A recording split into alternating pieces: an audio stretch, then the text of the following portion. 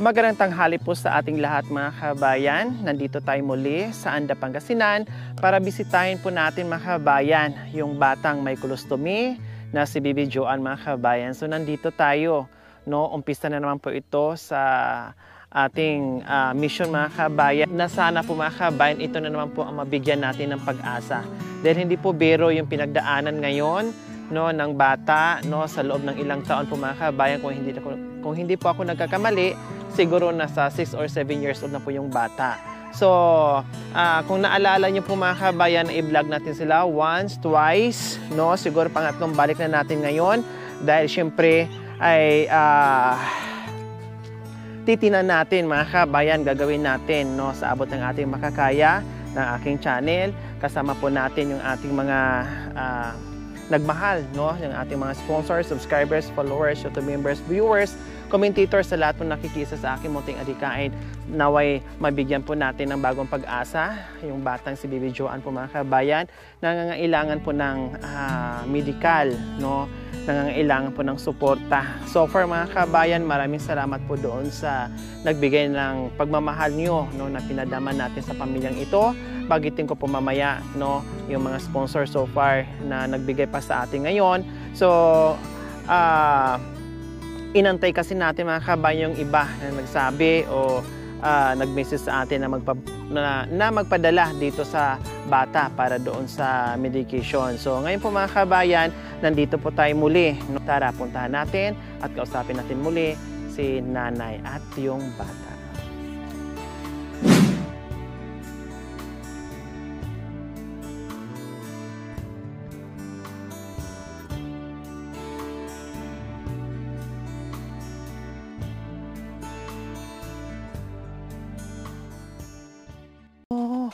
Bibi! Hello, Bibi! Naligo ikaw? Ha? Ang ganda-ganda naman ng ligo niyo dyan. Ang sarap-sarap naman ng ligo niyo dyan, ha? Ha? Kumusta na ikaw? Sa ito mga kabayan, yung binisita natin ngayon, naligo siya dahil umulan. Ayan. Ito si Bibi Joanne mga kabayan na batang may colostomy. So, ayan po yung binisita natin ngayon dito. Hayaan mo muna siya maligo dyan. Oo, babaya. Labas ka ali, mamaya kay ma'am. Teka, tapalit ka muna.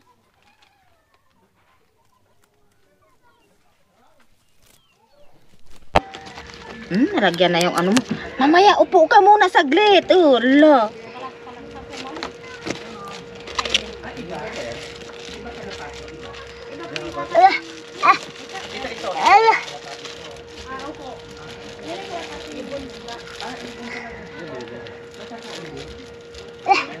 Ay ka lang.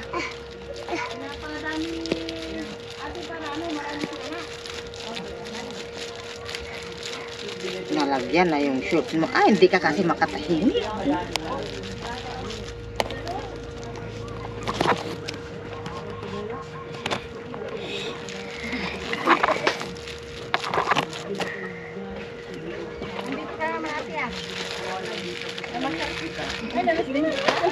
Namiss ko yung ano mo, lobster. Ay, wala pa. Di pa siya dumatay. Wala pa. Masarap yung... Baba! Baba! Masala yung pag... So ayan po mga kabayan, nakabis na si Joanne, Bibi Joanne. Ilang taon siya ulit, Ate Mylene? 7 years 7 old. years old na. So, nandito kami kumustahin kayo. Ate Mylene, kumusta yung buhay natin ngayon? Mahirap ma'am, kaso pinagtsatsagan lang po. Kung wala nang huli sa dagat, wala na rin po. So, ganyan ang buhay. Opo. Kumbaga, patuloy lumalaban. Opo. Ilan lahat ang anak nyo, Ate Siyam Mylene? po. Siyam po. Siyam lang po. Akala ko siyam labing po. Hindi po, ma'am. Siyam. So, siyam ang anak nyo. Bunso, tama? Opo. Bunso. So, 7 years old. Kumustahin ko lang yung huling check-up. Anong sabi ng doktor? Hindi ko pa po siya pinunta ma'am kasi walang pangmasahe. Pero nung pinunta ko siya last noon, palakasin pa daw siya po. Pero hindi ko pa po pinunta ngayon. Hindi sa ngayon. Pero ilang taon siya nung una niyong nilapit sa doktor o sa ospital na napacheck up, napatingnan yung kanyang sitwasyon? 6 po, ma'am. 6 years old siya noon. Opo. So, ang sabi ay palakasin pa. Opo, ma'am, kasi mapayat pa po siya noon, ma'am. Ngayon, kumusta yung sa tingin mo sa kanya? Kumusta yung kanyang sistema, yung sitwasyon niya? Sa tingin nyo, lumakas na ba siya? Tumaba na ba siya? Tumaba naman po unti, ma'am. Kasi, Tumaba na. Bakit payat na payat siya dati? Opo, ma'am. Bakit? Bakit payat siya? Kasi, ma'am, puro gatas lang po. Ayaw niyang kakain. Halos, gatas lang po. Dahil yung kinakain niya ay parang puro liquid lang, Opo. malalambot. Opo, ma'am. Hindi siya nakakain ng mga solid, ganon. Opo. Kaya yung katawan niya ay Opo. talagang payat lang. Opo. Okay. So, nung last time, nandito tayo, ay nanawagan tayo, no, at naantay ko na yung nangako sa atin o nagsabi na magbigay ng pagmamahal dito sa anak nyo. So, nandito naman tayo muli para manawagan ulit, no? Manawagan pa tayo ulit kasi hindi pa sapat yung ating kailangan para tuloy-tuloy yung gamutan dito sa anak nyo at tuluyan na talagang maoperahan na ipagkaloob sa atin ng Panginoong Diyos, Ate Mylene. No, hindi tayo magsasawang manawagan, no, yung pag-asa na ibibigay sa atin, walang imposible yon, Ate Mylene. No, alang-alang sa anak mo, gagawin natin lahat, no? Gagawin natin lahat na matuloy na maoperahan yung anak nyo, Ate Mylene. Okay, so nandito tayo, awa ng Diyos, nakalikom na tayo, Ate Mylene.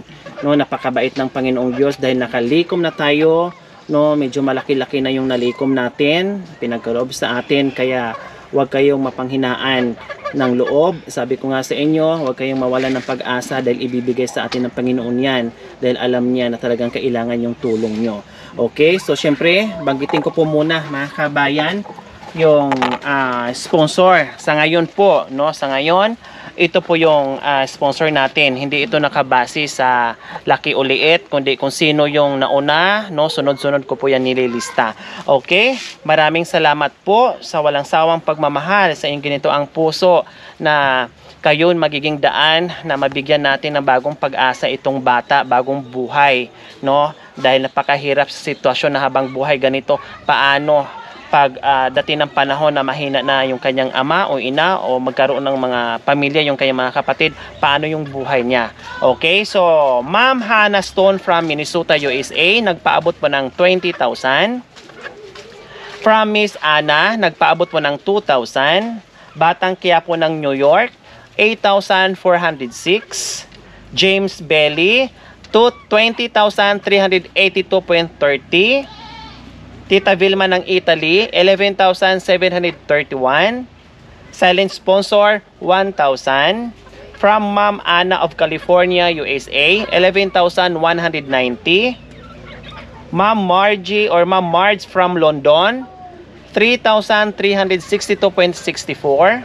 Tita Vilma ng Italy, nagpaabot muli ng 5,000. So, suma total po yung kanilang sponsor ay 83,071.94. Muli ay nalikom natin ngayon. So, kailangan pa natin, no, nawa ay madagdagan pa ito para tuloy-tuloy po yung gamutan, no, dahil marami pa ang gagawin mga kabayan. Uulitin ko po, bali ipa-check up pa namin uli, no, at 2 operasyon po ang mangyayari dito mga kabayan. Tama, hindi ako nagkakamali. Kung hindi ako nagkakamali, 2 operasyon dito mangyayari, parang butasan pa po, no, na magkaroon siya ng daluyan ng pupo, no. Then pangalawa ay ikukunik yung halimbawa nabutasan na, no, and then doon na naman sa bituka parang magkaroon ng kunik para doon na ilalabas mismo, na hindi nakatulad nito na nakalabas yung kanyang bituka para doon siya dudumi. So ganon, 2 beses po, and then mga laboratory pa yan, marami pang mga test bago operahan mga kabayan, kaya kailangan talaga ng medyo malaki ang kailangan namin na pera, no, para dito sa operasyon ni Baby Joanne. From Rosales to Anda po, nasa 3 to 4 hours po ang biyahe. Then to Anda, from Anda to Baguio, kung hindi pa ako nagkakamali, ay nasa 6 hours po mga kabayan. So sumatotal, more or less 10 hours po yung biyahe. So ang mangyayari po mga kabayan, ang gagawin namin, no, balikan ko sila dito kasi nandito lang ako para ipaalam lang no nila na ganito na yung hawak nating pera, nalikom natin na nanggaling sa sponsors natin, no, at syempre pagdasal pa rin, tuloy-tuloy pa rin yung ating panalangin at yung pananawagan natin na sana madagdagan pa bago mag-start yung check-up or operasyon. So ang mangyayari po kasi mga kabayan, kasi sobrang layo, hindi po kakayanin no para makalis tayo. Pupuntahan ko sila dito, babalikan ko sila dito mga kabayan pag nag-start na ng check-up. No? Doon muna sila sa Rosales for a while habang pinoprocess kung paano no kung paano yung magiging operasyon, no, yung mga schedules, yan po yung ibig kong sabihin. Doon muna sila magstay sa bahay para malapit na. Kasi from Rosales to Baguio, nasa 2 hours lang. Tama ako? Mga 2 hours, sabihin na natin 3 hours. So, medyo less po yon. Hindi nakakapagod. Kasi kung dito sila magstay mga kabayan, kung hayaan ko sila na sila lang, baka mamaya yung check-up hindi lang maharap, yung schedule hindi lang maharap. Gusto ko kasi doon sila sabay para ma-monitor ko at ako mismo magdadalas kanila sa ospital. No? Ibig kong sabihin, para hindi lang sila masyadong indahin yung layo, yung biyahe, hindi sila malate, no? Kasi mahirap ang sakayan dito. So, mamaya mag-uusap kami ni Ate Mylene kung papayag siya. Doon muna siya sa apartment sa amin habang inaasikaso namin yung magiging schedule ng operasyon o check-up ng kanyang anak. Okay? So, ganun po ang magiging arrangement namin. So, pag-uusapan pa namin yon kung papayag sila kasi sobrang layo mga kabayan. Kung halimbawa sabihin ng doktor na okay, punta na kayo kaagad, ang hirap ng sakayan dito, baka mamaya hindi mapuntahan. Okay? So, yun yung the best way natin na gagawin. Samantala muna sa bahay, i-monitor ko, samahan ako mismo ang sasama sa hospital, no, mag-process lahat-lahat para lang talaga matuloy-tuloy yung operasyon nitong anak na si Bibi Joanne. So Ate Mylene, narinig nyo naman yung sinabi ko. Okay lang ba sa inyo na doon muna kayo sa bahay? Okay lang ba? Okay lang ba sa inyo Ate Mylene na doon muna kayo sa bahay? Babalikan ko kayo dito, susunduin ko kayo para hindi magiging hassle at dire-diretso yung check-up ng anak nyo na doon muna kayo sa bahay. Okay naman po, ma'am. Okay lang At least may anak din po ako, ma'am, sa mga kapatid niyang mag-aaral. Siyempre pasukan na po. Yun lang po ang problema ko, yung mag-aano dito sa mga kapatid niyang dalawang maliliit. So okay lang sa inyo doon, at least dito may maiiwan. Tama? Sila kuya niya, ma'am. Pag yung aantayin natin na lang yung schedule para sa opera ni Bibi Joanne. Habang halimbawa, kasi kailangan natin magpa-check up, no? Laboratory, etc., etc., etc. Then, after nun, sila na magbibigay sa atin ng schedule kung kailan. Kasi ganun yung ginagawa kasi si Charlene ganun din noon. So, pag sinabi ng doktor, okay na, naipasa na natin yung mga dapat ipasa na kailangan, no? Wait na lang kayo sa tawag namin, schedule namin para sa operasyon. So, doon na naman kita susunduin. Then, babalik tayo ng Baguio. Okay? So, magstay ka lang naman doon para mag-asikaso lang sa check-up o sa laboratory. Babalikan kita dito, tatawagan na lang kita kung kailan. Basta sa ngayon, nandito lang ako para ipinaalam, no, na natanggap na natin yung pera ng sponsors natin at syempre manawagan tayo uli Ate Mylene na kayo po mismo. Ang gusto ko lang po, ma'am, kahit na wala kami, basta maoperahan lang po talaga yung anak ko. Yan lang po, ma'am, ang talagang ano ko sa buhay, ma'am, na habang buhay na hindi siya ganito. Gusto ko rin po, ma'am, na parang normal din po siya. Yan lang po. Kasi kahit na ako'y may sakit, ma'am, kung minsan, siyempre walang mag-alaga sa kanya, di kawawa din po siya. Kaya yun lang naman po ang hiling ko, ma'am, na ma-operahan siya. Ayan, so ayan po mga kabayan, kahit magsabi na sila dito sa bahay nila, kahit hindi sila magkasya, no, kahit tagpi-tagpi, no, sako, pero hindi iniinda nila yan, magagawaan nila ng paraan yan, yung pagkain kahit mahirap pero magagawa nilang paraan. Ito lang talaga bukod tanging kahilingan nila na maoperahan yung bata kasi paano pag tumanda at may sakit si Ate Mylene, no, ay hindi niya maalagaan. So tama yun, no, sakripisyo muna tayong lahat Ate Mylene, no, siguro sa ngayon ay priority natin yung bata. No, ngayon kailangan din natin ng sakripisyo kasi pasasalamat na lang tayo kasi meron tayong sponsor na kaalalay sa atin. Opo, ma'am. Hindi tayo pinabayaan. No, kumbaga sa financial hindi na natin problemahin, nandiyan sila. No, ang atin na lang ay siyempre magsakripisyo din tayo Opo, para ma'am. sa anak. Ako sakripisyo din ako para sa anak nyo. No, kumbaga tulungan tayo para tuluyan na masolve natin yung problema ng anak nyo na maoperahan hanggat magiging okay na siya. Okay? So, ayan po mga kabayan. Maraming salamat po sa sponsor natin, no, na meron na tayong 83,071.94 no, na para dito mabigyan ng bagong pag-asa itong bata na si Bibi Joanne. Maraming salamat po talaga dahil hindi po kayo nagsawa, sumuporta at yung pagbibigay nyo ng pagmamahal sa mga tulad nila na nandyan po talaga kayo sa aking munting adikain. Maraming salamat po. At syempre sa ating Panginoong Diyos na talagang nakaguide sa atin araw-araw kung saan tayo umiikot, no, na talagang tinuturo tayo sa mga taong lubos ng ilangan sa pagmamahal natin. Kaya maraming salamat po. Ito na naman po mga kabayan yung ating pagtuunan ng pansin o ito na naman po yung ating harapin na sana mabigyan natin ng tuluyan ng bagong pag-asa na si Bibi Joanne, 7 years old po mga kabayan. Okay, so salamat sa sponsor at syempre salamat din in advance doon sa nais pang tumulong o magdagdag para makalikom pa tayo para ihanda doon sa operasyon. Maraming salamat po. Yun lang. Ano ngayon sa pakiramdam mo na Maylene na sa tagal na panahon na hindi mo alam, no, hindi mo alam kung paano mo masolusyon na mabigyan ng solusyon yung anak mo, yung nakikita mo sa araw-araw, yung iniinda niyang sakit.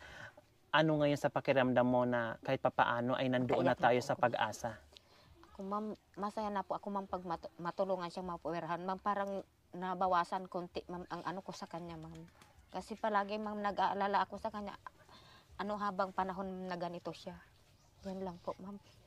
Gusto ko po, ma'am, talaga yung mapaoperahan siya kahit anong walang-wala kami, ma'am. Kasi kawawa po siya, ma'am. Okay. Kahit na maliit ang bahay, ma'am, basta maayos ang anak, ma'am. Mas importante, ma'am, yung mga anak. Ayan. Yung ibig kong sabihin kanina mga kabayan, siya man sila, no, or 11 sila dito nakatira sa bahay. Kahit gaano kahirap yung pagkain nila, yung tirahan nila, yung mahihigaan nila, kaya na magsiksikan, kaya na magkumpulan. Pero itong anak niya na bunso na ganitong sitwasyon, ito yung hindi kayang tiisin. Yung hirap ng buhay kayang tiisin, magagawa ng paraan. Pero itong anak niya, hindi kayang tiisin. Talagang sumasakit ang puso mo, ang dibdib mo sa araw-araw, nakikita mo yung anak mo na ganyan yung sitwasyon. Kaya tama yun, no? Malaking kaluwagan pa. Kumbaga, pag na-accomplish natin ito mga kabayan, para bang nabunutan ng tinik sa puso na matagal na nakabaon dyan, na nabunot natin, no, na malaking ginhawa sa pamilya, no, sa buong pamilya yung matulungan natin sila. Kaya sana kapit-bisig tayong lahat, no, bayanihan para sa pag-asa ng batang ito. Maraming salamat po. Huwag mo siyang pakyan sa taas kasi may hagdanan. Bantayan mo rin siya doon.